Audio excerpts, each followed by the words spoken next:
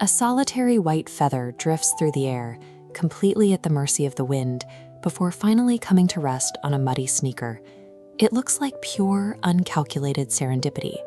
In reality, capturing that single moment required a complex digital handoff. The feather we follow through the sky is entirely computer-generated, meticulously keyframed by animators, before crossfading into a physical prop resting against an actor's shoe. That intense level of control stands in stark contrast to the film's source material. In Winston Groom's original 1986 novel, Forrest Gump is a 240-pound, deeply cynical man who curses constantly, plays chess, and eventually goes to outer space with an orangutan named Sue. Director Robert Zemeckis and screenwriter Eric Roth stripped away the book's abrasive absurdity. They replaced the abrasive giant with a gentle observer, using heavy digital manipulation to manufacture a reality that feels entirely accidental. To ground this new version of Forrest in reality, the production team inserted him directly into 20th century history. Take this archival plate of Alabama Governor George Wallace from 1963, used during the stand in the schoolhouse door sequence. Putting a modern actor into this environment presented a massive technical hurdle. The original newsreel was shot on 16mm film using handheld cameras. The frame constantly jitters and blurs, making standard digital compositing impossible because the modern footage would look artificially smooth against the shaking background. Industrial Light and Magic solved this by implementing an algorithm known as Fourier domain tracking. This is a mathematical technique that converts visual patterns into data frequencies, allowing computers to lock onto blurry movement and match the exact camera shake of the 1960s newsreel.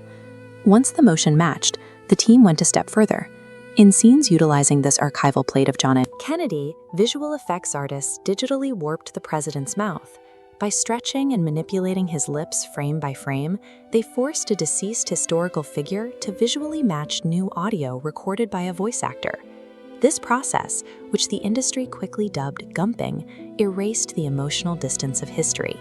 By inserting a recognizable, sympathetic character into these static archival clips, monumental political events suddenly carried a highly individualized, human scale. The production applied this same philosophy of manufactured realism to the physical sets. When Forrest deploys to the Mekong Delta, he is actually walking through the marshlands of Hunting Island, South Carolina, dressed up with imported palmetto trees. The filmmakers wanted to replicate the gritty, muddy realities seen in historical combat photography, but capturing that realism safely required physical trickery. When Forrest sprints out of the jungle carrying Bubba, actor Mykelti Williamson was too heavy for Tom Hanks to carry at a full sprint. The crew attached Williamson to a hidden wire suspended from a crane, essentially flying him through the scene while Hanks guided his weight. Immediately behind them, a colossal wall of napalm violently erupts, but the actors themselves were never anywhere near those deadly explosives. The pyrotechnics were shot separately at different frame rates, then composited perfectly into the background of the South Carolina jungle plate. This combination of physical performance and digital fire ensured audiences never lost their sense of place. By hiding the technical seams, the filmmakers ensured the focus stayed where it belonged, on the relationship between Forrest and Bubba as it ends. That blending of physical and digital space allowed the filmmakers to manipulate scale at will. Look at this archival image of the 1968 March on Washington at the Lincoln Memorial Reflecting Pool.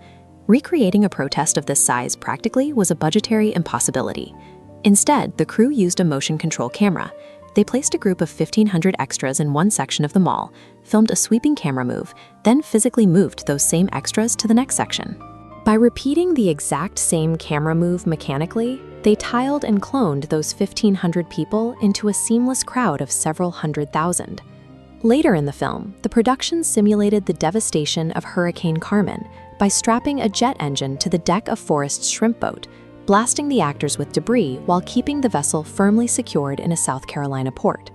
The fiction of the Bubba Gump Shrimp Company proved so convincing that businessman Anthony Zalezzi purchased the naming rights from Paramount Pictures. In 1996, he opened a physical restaurant in Monterey, California. Today, there are dozens of locations globally.